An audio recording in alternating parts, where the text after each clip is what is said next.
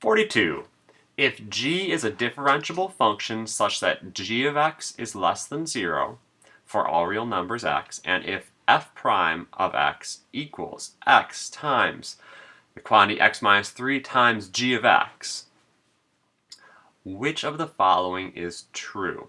And we're talking about, all right, relative maximum, relative minimum, relative minimum, relative maximum, okay? And the last choice, we can't figure out anything about the relative extrema. So the basic idea for this is the following, and I've gone over it a few times before, but basically, if f prime of x goes from negative to positive, that means that we were curving down and then curving up. I will have a relative minimum, as long as f is continuous here. It will require that, okay? If f prime of x goes from positive to negative, okay, and this is talking about the original f of x function, not the derivative anymore. If it goes from positive to negative, that means it starts sloping up and then sloping down. I will have a maximum. And you should see it makes a lot of sense. Maxima are at the top of hills, minima are at the bottom of valleys, and this is again talking about the original, not the derivative function for this maximum or minimum.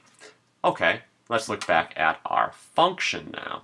We have the derivative is x times x minus 3 times g of x. And this is really nice because I can already make a little sign table, and we'll come up with what it means shortly. But basically, if I were to graph the function, okay,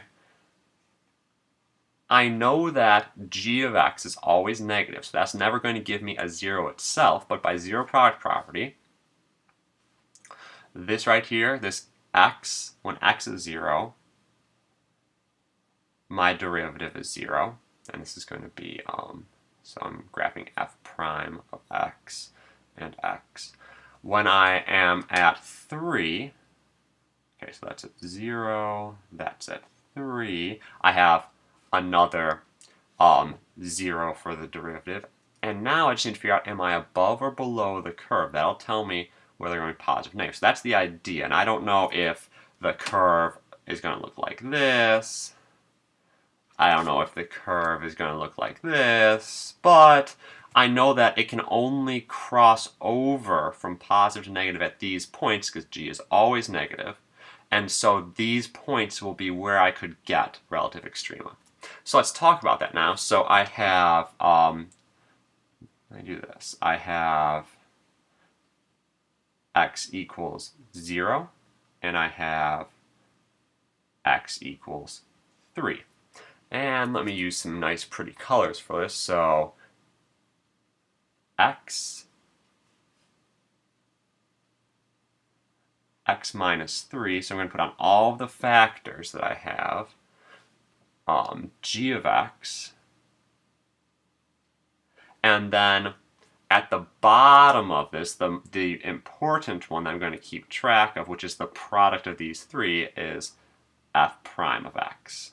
Okay, so let's start at the top. It's not necessarily the easiest one, but okay, to the left of 0, so at -1, for example, x will be negative. Any x less than 0, x is negative. But when I go from 0 or negative to positive in this x thing, x goes from negative to positive. So we have a positive, we have a positive sign here. And the reason is this is the first power of x. This is where x is 0, where x changes sign, so we get that. All right, x minus 3. So if I'm less than 0 for, let's say, -1, for example, -1 minus 3 is -4. Anything over here will be negative. If I'm between 0 and 3, 1 is one example of that. 1 minus 3 is -2. I'm still negative here. But once I cross over 3, that's where this one equals 0. I get to numbers such as 4, bigger than 3. 4 minus 3 is positive, so this is positive. G of x, I don't know much about it except for the fact that it is always negative. And that's more than enough to answer this question. And let's figure out what these signs mean. So negative times a negative times a negative means the derivative will be negative to the left of 0. Positive times negative means that it will be positive between 0 and 3. Positive times negative means it will be negative to the right, meaning that this curve f prime of x will look something like this. It doesn't need to be a parabola by any means. We don't know much about g of x, but it will look like this. And that means at 0, let me see if I have a nice color. At 0, it changes from negative to positive. Negative to positive means that the original curve was going down and then up, means that I have a minimum at 0. And at 3, it's going from positive to negative, so positive to negative. It doesn't need to look like this exactly, but I know it has to be sloping up to sloping down, and positive to negative for the derivative means that I have a maximum at x equals 3.